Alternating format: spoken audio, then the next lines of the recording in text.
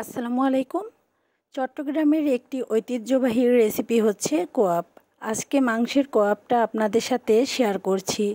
এত বেশি সফট থাকে, খেতে অনেক টেস্টি হয়।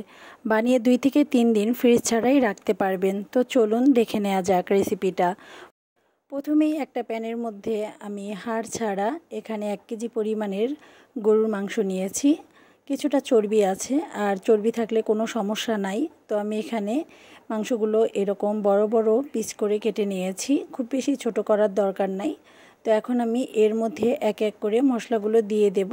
প্রথমেই দিয়ে দিচ্ছি 1 টেবিল চামচ পরিমাণের আদা বাটা, 1 টেবিল চামচ পরিমাণের রসুন বাটা,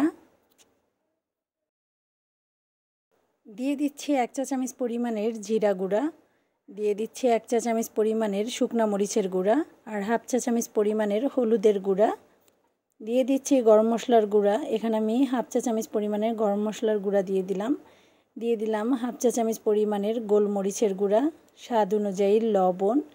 এখন আমি সব কিছু হাত দিয়ে ভালোভাবে মিশিয়ে নিচ্ছি।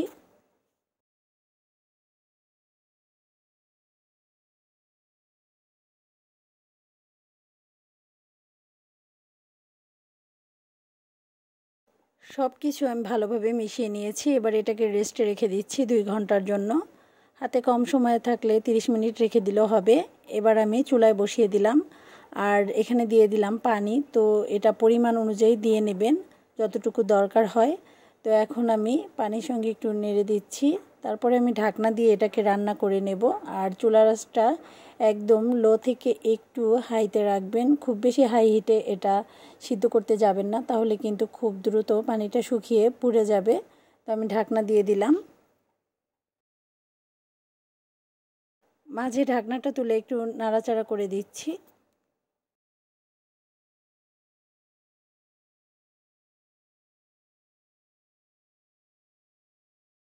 আবার আমি ঢাকনাটা দিয়ে দিচ্ছি, পানিটা শুকানো পর্যন্ত অপেক্ষা করব। এরই মাঝে কিন্তু একেবারেই পানিটা শুকিয়ে গেছে। এবার চুলাটা অফ করে আমি নামিয়ে নিচ্ছি। এখন আমি ভেজে নেব। ভাজার জন্য চুলায় অন্য একটি প্যান বসিয়ে দিলাম, আর দিয়ে দিলাম সামান্য পরিমাণের তেল। খুব বেশি তেলের দরকার নাই এই মাংসগুলো ভাজার জন্য। এখানে কিন্তু আপনারা চাইলে গরুর চর্বিটাও ব্যবহার করতে পারেন তেলের পরিবর্তে। তো আমার কাছে যেহেতু ছিল না, এই জন্য আমি এখানে তেল ব্যবহার করেছি। তো আমি এক এক করে সবগুলো টুকরোই দিয়ে দিলাম তেলের মধ্যে। এখন লো আছে আমি আস্তে ধীরে ভেজে নেব, খুব বেশি হাই হিটে ভাজা যাবে না।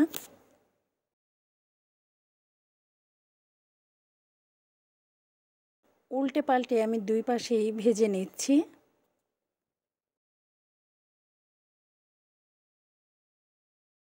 এরই মাঝে কিন্তু ভাজা হয়ে গেছে, দেখতেই পাচ্ছেন খুব সুন্দর একটা কালার আসছে। আর সবগুলো কিন্তু আমি ভেজে নিয়েছি। এবার তেল ছেঁকে তুলে নিচ্ছি। এগুলো ভাজতে 5 থেকে 6 মিনিটের মতো সময় লেগেছে, যেহেতু আগে থেকেই সিদ্ধ করা ছিল।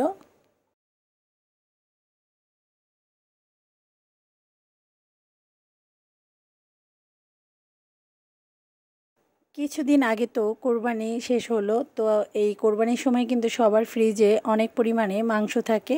আপনারা চাইলে এই রেসিপিটা ফলো করতে পারেন, খেতে অনেক বেশি মজার হয়। আমার পরিবারের সবাই অনেক বেশি পছন্দ করে। তাই আমিও চাচ্ছি আপনাদের বাসায় এটা তৈরি করে সবাইকে খাওয়ান। সবাই আপনার অনেক বেশি প্রশংসা করবে। আশা করছি আমার এই রেসিপিটা আপনাদের ভালো লেগেছে। ভালো লাগলে অবশ্যই কমেন্ট করবেন, লাইক করবেন এবং শেয়ার করতে ভুলবেন না। সবাই ভালো থাকবেন। দেখা হবে পরবর্তী রেসিপি নিয়ে। আল্লাহ হাফেজ।